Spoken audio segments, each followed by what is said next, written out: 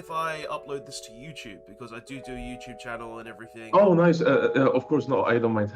Thank you very much. Hello guys, Absolute Duelist here, coming at you with another One Piece video. And just as a disclaimer for everybody who's got their games from the RNT Treasure Cup the other day, just make sure you have permission from your opponent if in the video, if you're going to upload the games. RNT has said unless you have this in the video, you cannot upload your videos, okay? They have told me this, so don't do it if you have not got explicit permission from your opponent in each video. Okay, so without further ado, let's go ahead and start talking about the game. So I am playing Trafalgar Law in the Treasure Cup that was on the 5th of August for RNT Online, and honestly, this event was pretty good. I had a lot of fun, and the first round was against doflamingo, which, I'll be honest, was a pretty good game from what I can remember, except for the end, which you're going to see in this video as well. So let's go ahead and talk about the game as it begins. So who is going first? We're currently in the mulligan phase. I chose to keep my hand, where the Doffy player chose to mulligan his.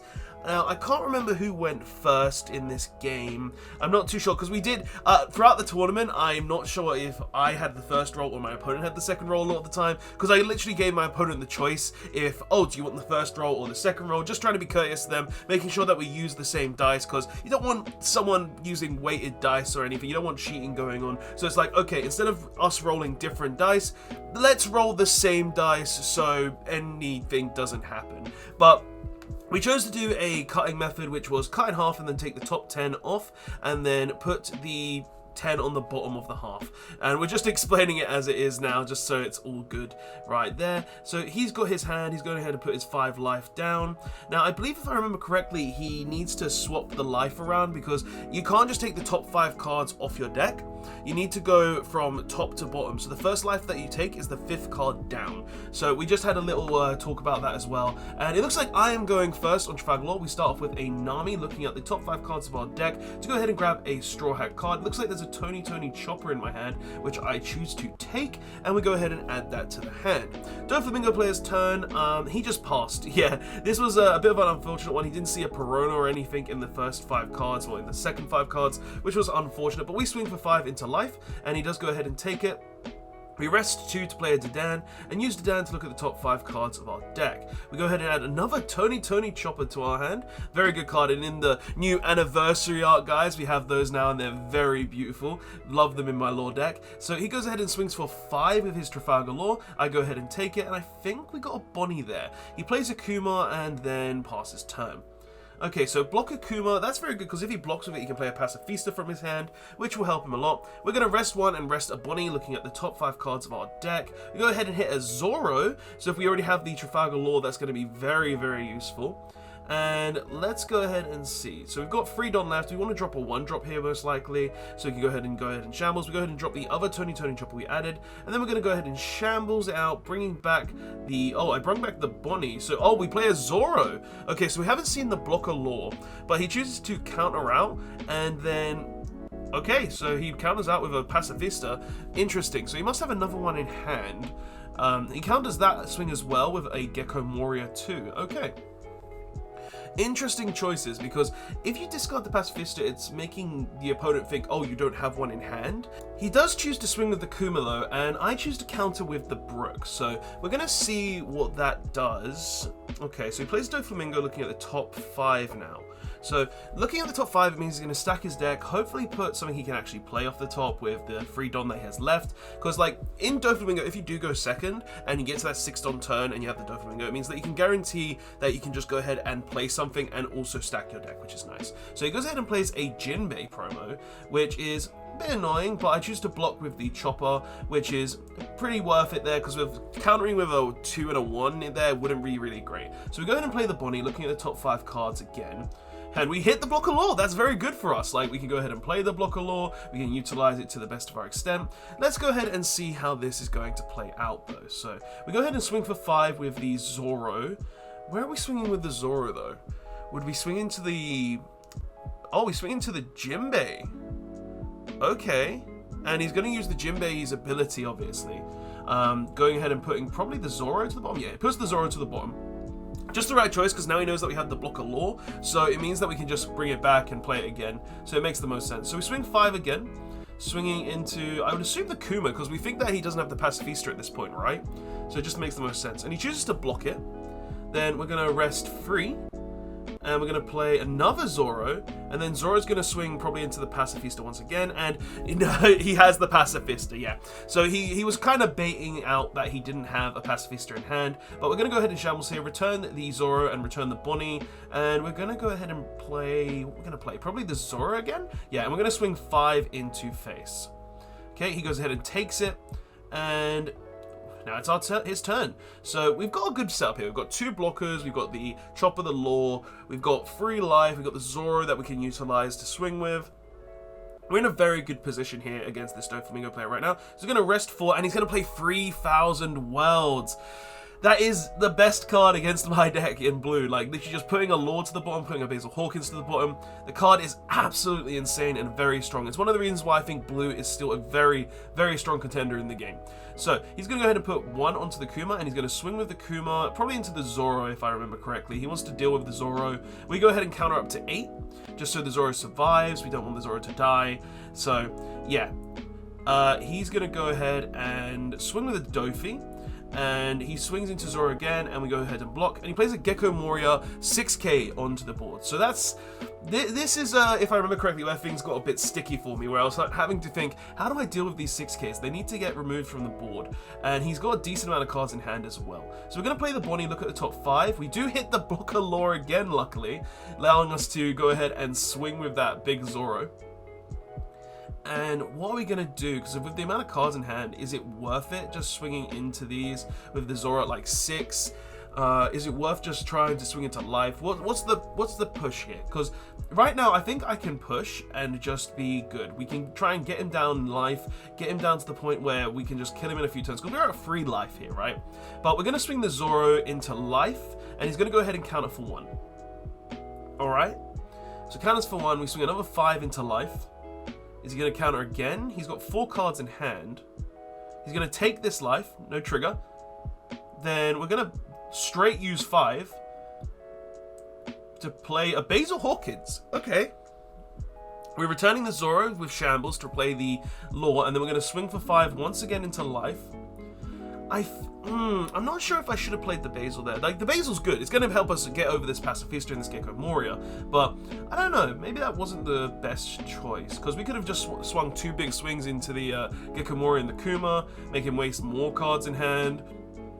But at the same time, it's not a bad choice either. So, we're going to see where this goes here. What's he going to do?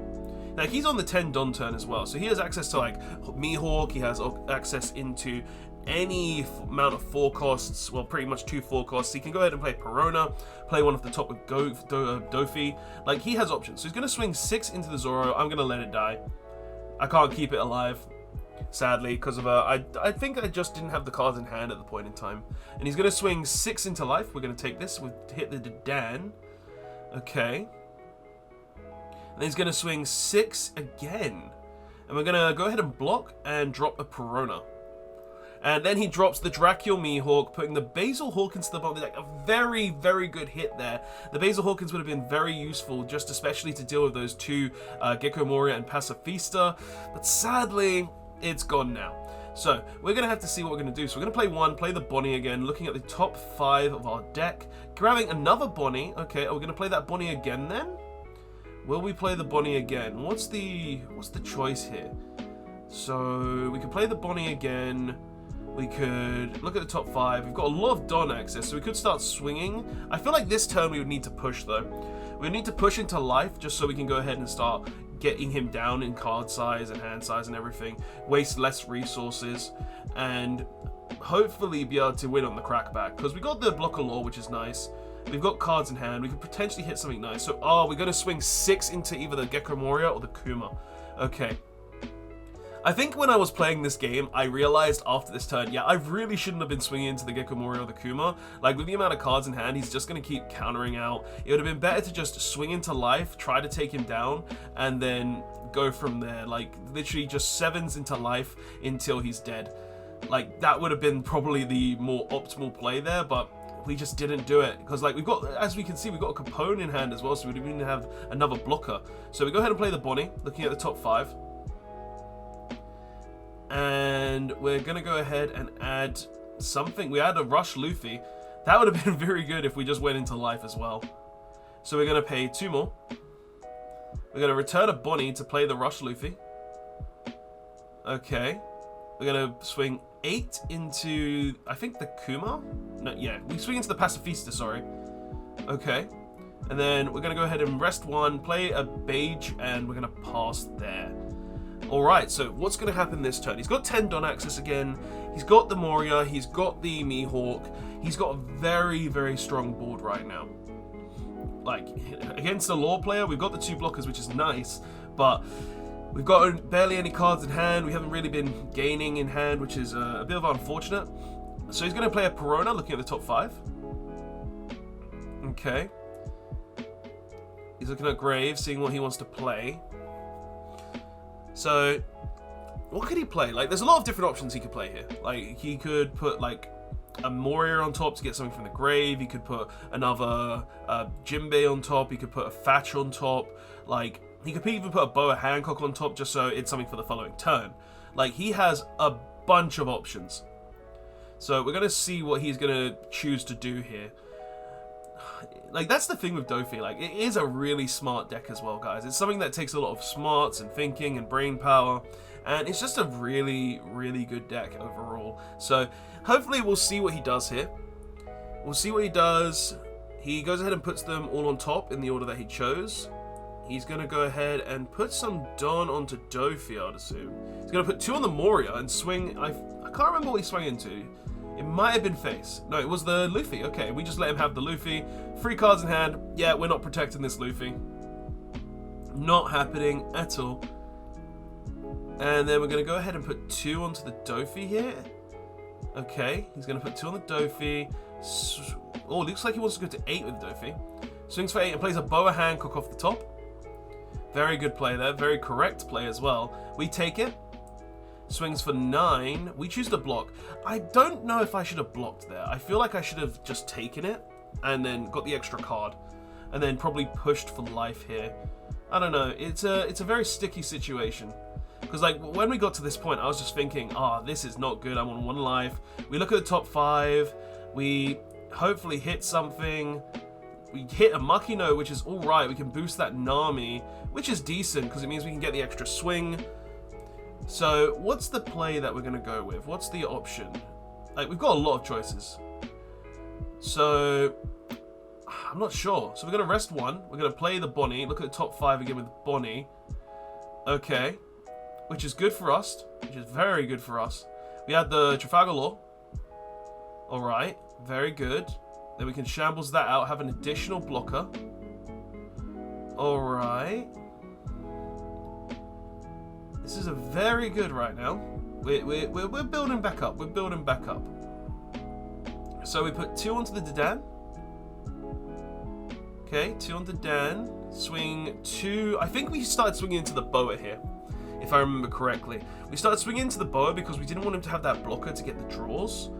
And hopefully we would be able to survive through the blocker. So he goes ahead and 1 counters. We swing for 7 into the Boa. He rests 2 and plays a Love Beam. Not great for us. Not great for us at all. And he has 2 cards left in hand. So what are our options here? We can go ahead and Shambles, be able to boost the Nami, to be able to swing again. We've got 2 Don. Yeah, we're going to go ahead and Shambles. Return a Dadan. Playing the Law. Return the Bonnie. And what we're going to play... We're going to play another Dadan to look at the top 5. And we had another Makino. Okay, so we've built up a good hand here. We've got a good hand size. Not terrible. Not the worst. So what's the play from here, though?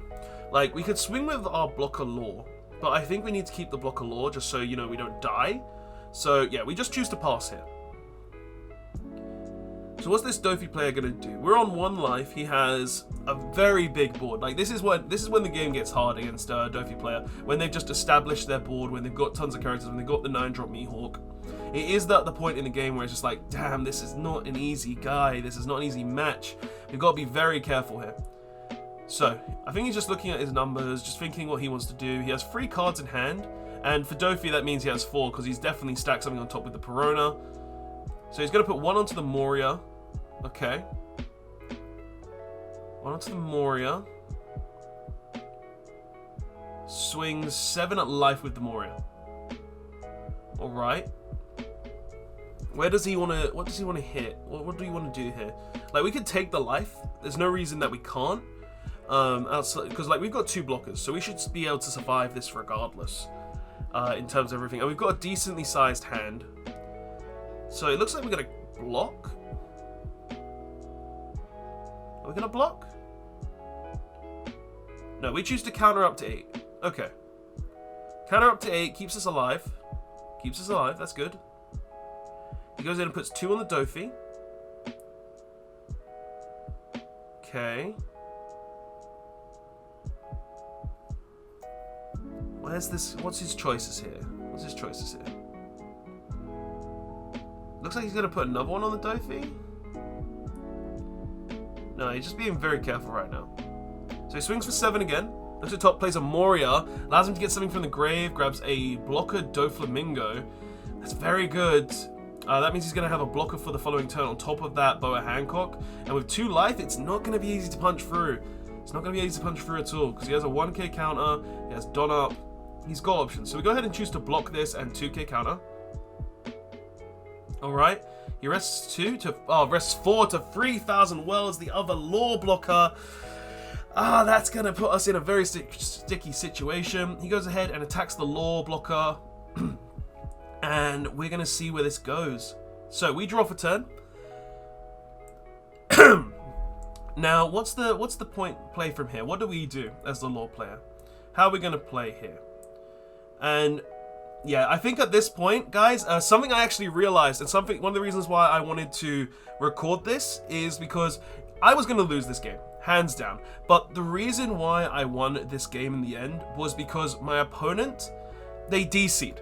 And I wanted to upload this game still, even though he DC'd, because it's a good learning point for a lot of people to tell you guys, if you're going to join one of these online regionals, if you're going to join one of these online events, make sure that you have good internet connection, because this guy cut for like 2 minutes, and because of that the judge gave him a game loss. I was 100% going to lose this game from that point onwards. He had everything. He had the Doffy set up, he had the Doffy set up, he had the Mihawk set up, he had the Boa Hancock blocker. I had like 5 cards in hand, but I don't think I had any ability to actually take away all of his life or his characters. This game was pretty much out of my favor from this point onwards, and I was definitely gonna lose, but I won purely because of my opponent DC'd. And because of this could have changed my entire event. This could have changed my entire tournament. I could have not made the top 128 at the end of this. I could have not played the people I played and maybe gotten the top 32 or top 16. Like, this is one of the things that I just want to make clear to you guys. If you're going to play in online regionals, this game was great. This game was a lot of fun, but make sure you have good internet connection, because I felt really bad for my opponent after this game, thinking, oh, that's not cool, that's not great, he got the game lost. Like, it's not really how I personally wanted to win this game. But guys, nonetheless, I hope you did enjoy this video. I hope you do learn from this as well. If you're going to enter any One Piece online events, make sure your internet connection is good. And yeah, guys, that's all I have to say. Don't forget to like, comment, subscribe. Make sure you have good internet connection for these online events. And Absolute Duelist signing out. Later all.